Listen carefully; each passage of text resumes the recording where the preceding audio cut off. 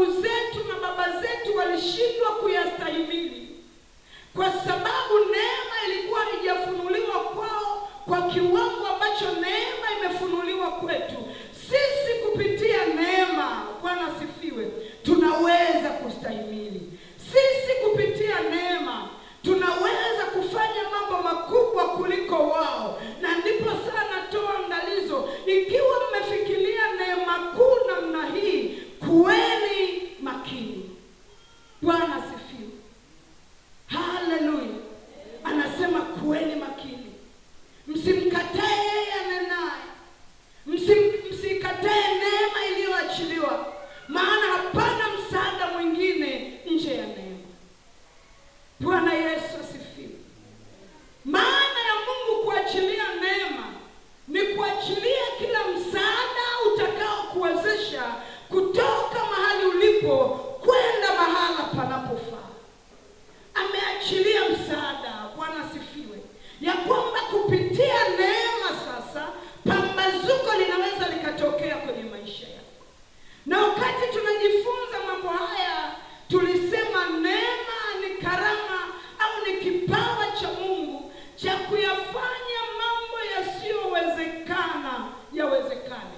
Angalia, baada ya anguko la mwanadamu, ilikuwa haiwezekani tena mwanadamu awe kwenye ushirika na Mungu. Ilikuwa haiwezekani. Haleluya. Isingewezekana kwa damu za wanyama, isingewezekana kwa neno la manabii, ilikuwa haiwezekani. Lakini tunaona neema inayoyafanya mambo yasiyowezekana yawezekane.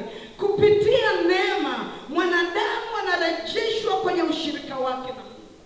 Kupitia neema mwanadamu anarejeshwa kwenye ukamilifu wa Mungu. Kupitia neema ambaye hakuwa mrithi anafanywa kuwa mrithi. Kupitia neema watu ambao hawakuwa taifa wanakuwa taifa teule kwa Mungu. Kupitia neema waliokuwa wamekataliwa wanakubalika mbele za Mungu.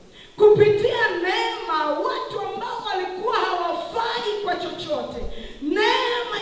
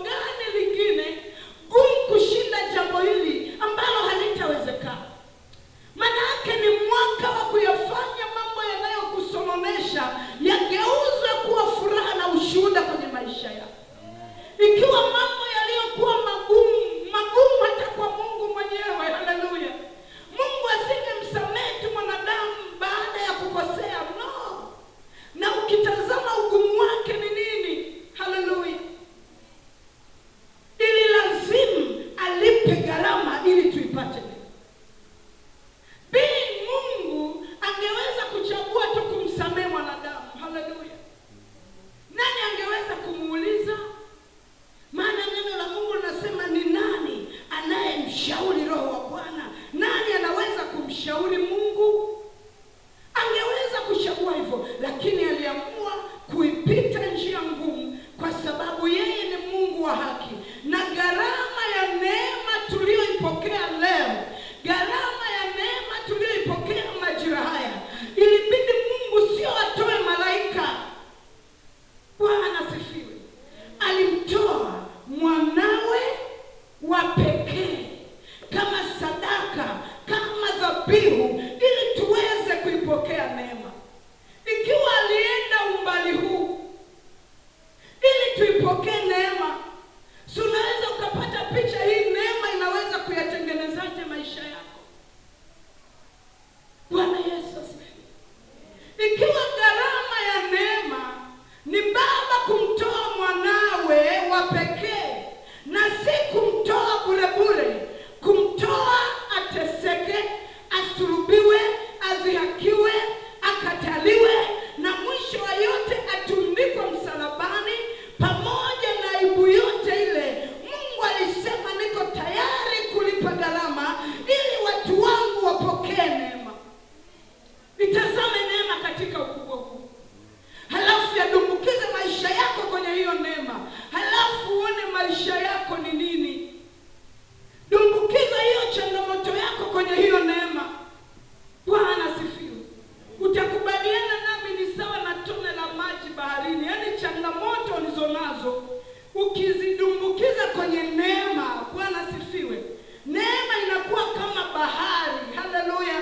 Halafu hiyo changamoto yako inakuwa kama tone la maji. Maana yake yote yanawezekana. Yote yanawezekana.